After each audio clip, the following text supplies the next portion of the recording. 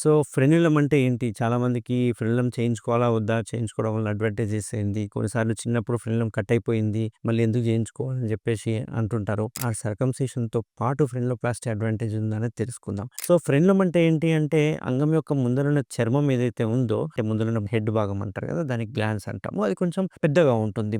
మనకు అంగస్తంభన అయినప్పుడు ఆ హెడ్ భాగం ఇంకా లావైతది కాబట్టి ఆ చర్మం అనేది వెనక్కి అంత ఈజీగా రాదు. అట్లా రాకపోవడమే గాకుండా కొన్నిసార్లు చాలా మందికి ఫ్రీగా మూవ్ అయితది. బట్ కింద మాత్రం అటాచ్ అయ్యి ఉంటది. సో, ఆ అటాచ్ అయ్యే చర్మము ఆ గ్లాండ్స్ యొక్క కింద అటాచ్ కావాలి. అట్లా కాకుండా చాలా మందికి ఏమవుతుందంటే పైన అటాచ్ అయితుంటది. కొందరికైతే మూత్రం పోసే హోల్ దగ్గర అటాచ్. ఇట్లాంటి వాళ్ళకి ఏమైతదంటే మనం చర్మం వెనక్కి అన్నప్పుడు ఫ్రీగానే మూవ్ అయితది. బట్ కింద పట్టేసినట్టుగా ఉంటదని. ఆ పట్టేసినట్టు ఉండడమే కాకుండా కొంచెం లాగినట్టుగా ఉంటది. లాగినడం వల్ల ఏమవుతుందంటే అంగం ఆ ముందరున్న హెడ్ భాగం ఏదైతే ఉందో కొంచెం బెండ్ అవ్వడం జరుగుతూ ఉంటుంది. అండ్ ఇట్లా వీళ్ళకేమైతదంటే ఇంటర్‌కోర్స్ చేసినప్పుడు గానీ, మాస్టర్బేట్ చేసినప్పుడు గానీ, ఆ పెయిన్ వలన, లేకుంటే ఆ ఫోర్స్ వలన ఈ అటాచ్‌మెంట్ అనేది రబ్బర్ బ్యాండ్ లాంటిది ఉంటదిక్కడ. ఈ రబ్బర్ బ్యాండ్ లాంటి అటాచ్‌మెంట్ ఒకసారి కట్ అయిపోతది. అయితే ఈ రబ్బర్ బ్యాండ్ లాంటి అటాచ్‌మెంట్‌లో ఒక చిన్న వెసెల్ అంటే బ్లడ్ నాళం ఉంటది. ఆ రక్తనాళము విపరీతమైన బ్లీడింగ్ అయితుంటది. సో, ఎవరికైనా కట్ అయింది అంటే వాళ్ళకి చాలామంది ఎక్స్‌పీరియన్స్ అయ్యి ఉంటారు. విపరీతమైన బ్లీడ్ అయితది. అది ఆపినా గాని ఒక్కొక్కసారి ఆగదు. ఒక్కొక్కసారి ఎమర్జెన్సీ సూచర్ కూడా ఏయాల్సిన సిట్యుయేషన్స్ ఉంటాయన్నట్టు. Dragging type pain, pricking type of pain అనేది ఉండిపోతా ఉంటదన్నట్టు. వీళ్ళకి చర్మం మాత్రం మంచిగా మూవ్ అయితది. బట్ ఆ అటాచ్‌మెంట్ కాడనే ఇబ్బంది అవుతా ఉంటుందన్నట్టు. ఇంకా కొందరికి కట్ అవ్వదు. కానీ ఇట్లా లాగినట్టుగా ఉంటది. ఇక్కడ పెయిన్ అయితదనే ఉద్దేశ్యంతోటి వాళ్ళు ఇంటర్‌కోర్స్ అప్పుడు ఆ మైండ్‌లోకి ఆలోచన రాంగానే వాళ్ళకి ఎరెక్షన్స్ అనేవి తగ్గిపోతాయన్నట్టు. ఆ ఎరెక్షన్స్ తగ్గిపోయే వరకు మళ్ళీ ఎరెక్ట్ కాదు. ఓసారి ఆ భయంతోటి పెనిస్‌కి మళ్ళా కట్ అయితదేమో, మళ్ళీ బ్లీడ్ అయితదేమో, మళ్ళీ నొప్పైతదేమో అనేది ఒక్కసారి మైండ్‌లోకి ఆ థాట్ రాంగానే ఇంటర్‌కోర్స్ చేసేటప్పుడు వాళ్ళకి ఆటోమేటిక్‌గా ఎరెక్టైల్ డిస్‌ఫంక్షన్స్ వస్తుంటాయి. ఇంకా కొందరికి ఇంకా ఏం ప్రాబ్లమ్ ఉంటుందంటే ఆ పెయిన్ వలన లేకపోతే ఆ కట్ అయితే బ్లీడ్ అయితదనే భయంతోటి వాళ్ళకు ఎర్లీగా ఎజాక్యులేట్ అయిపోతా ఉంటది. దీన్నే మనం ప్రీమెచ్యూర్ ఎజాక్యులేషన్ అంటుంటాం అన్నట్టు. అంటే అక్కడ కట్ అవుతదో లేదో, బ్లీడ్ అవుతదో లేదో కానీ ఆ భయంతోటే చాలామందికి ఎరెక్టైల్ డిస్‌ఫంక్షన్స్ కానీ, లేకపోతే ప్రీమెచ్యూర్ ఎజాక్యులేషన్స్ కానీ ఇట్లాంటివి అంగస్తంభన ఇష్యూస్ వస్తూ ఉంటాయి అన్నట్టు. సో, చూడడానికి ఆ చిన్న అటాచ్‌మెంటే గాని కొంచెము మనల్ని డిప్రెషన్‌లోకి లాగుతూ ఉంటుంది. సో, దీనికేం చేయాలి? సో, దీన్నే హై అటాచ్డ్ ఫ్రెన్యులమ్ అంటుంటారు. ఫ్రెన్యులమ్ నార్మల్ పొజిషన్‌లో ఉంటే ఇబ్బంది లేదు. ఇది ఎప్పుడైతే పైన, కింద అటాచ్‌మెంట్ అయితదో లేకపోతే షార్ట్ ఫ్రెన్యులమ్ అంటారు.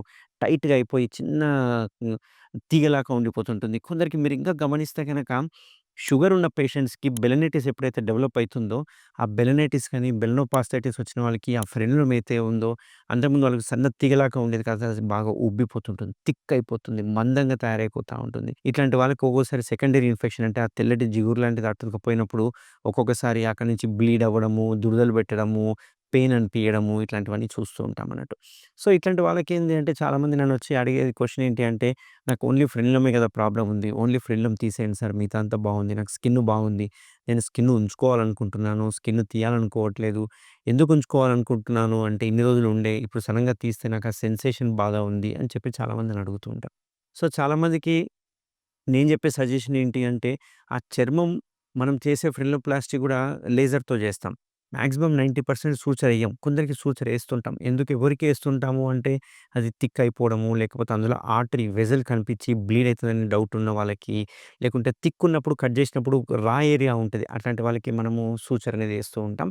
బట్ ఏషే సూచర్ ఏదైతే ఉందో అది కంప్లీట్ అబ్జార్బబుల్ సూచర్ కాబట్టి వితిన్ 1 వీక్‌లో సూచర్ పడిపోతుంది గాబట్టి, ఎటువంటి కాస్మెటిక్ గాని, దీనికి ఎక్కడ రిజల్ట్స్ అనేవి ట్యాంపర్ కావు.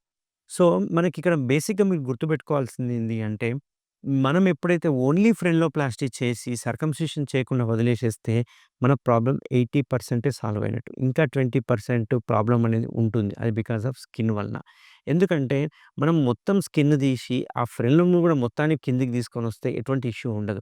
బట్ ఓన్లీ ఫ్రెన్‌లమ్ జేసిన తర్వాత ఎంత ఫ్రెన్లోప్లాస్టీ చేసినా గానీ, స్కిన్ మనం పుల్ చేసినప్పుడు ఆ ఏరియా వచ్చే వరకు ఎంతో అంత 20% అనేది పట్టేసినట్టుగా ఉంటుందన్నట్టు.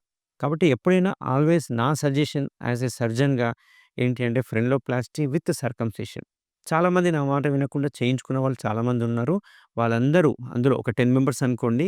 ఆ 10 మెంబర్స్‌లో 8 మెంబర్స్ మళ్ళీ సర్కంసిషన్ చేయించుకున్నారు. ఒక 2 మెంబర్స్‌కి మాత్రమే ప్రాబ్లమ్ సాల్వ్ అయింది. అట్లని చెప్పి అందరికి సాల్వ్ అవ్వదని కాదు.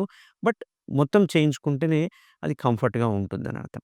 సో, ఎవరికైనా ఇట్లా వెనక్కి లాగినప్పుడు బెండున్నా, పెయిన్ అనిపించినా, ఆ ఫ్రెన్‌లమ్ దగ్గర టైట్ అనిపించినా, హై అటాచ్డ్ ఫ్రెన్‌లమ్ ఉన్నా, షార్ట్ ఫ్రెన్‌లమ్ ఉన్నా, ఎటువంటి కుట్లు లేకుండా జస్ట్ 2-3 మినిట్స్‌లోనే లేజర్‌తో ఫ్రెన్లోప్లాస్టీ చేసేసుకొని ఇమ్మీడియేట్‌గా ఎళ్ళిపోవచ్చు. ఎటువంటి ఫుడ్ రిస్ట్రిక్షన్స్ కానీ, ఎటువంటి పథ్యం గాని లేదు.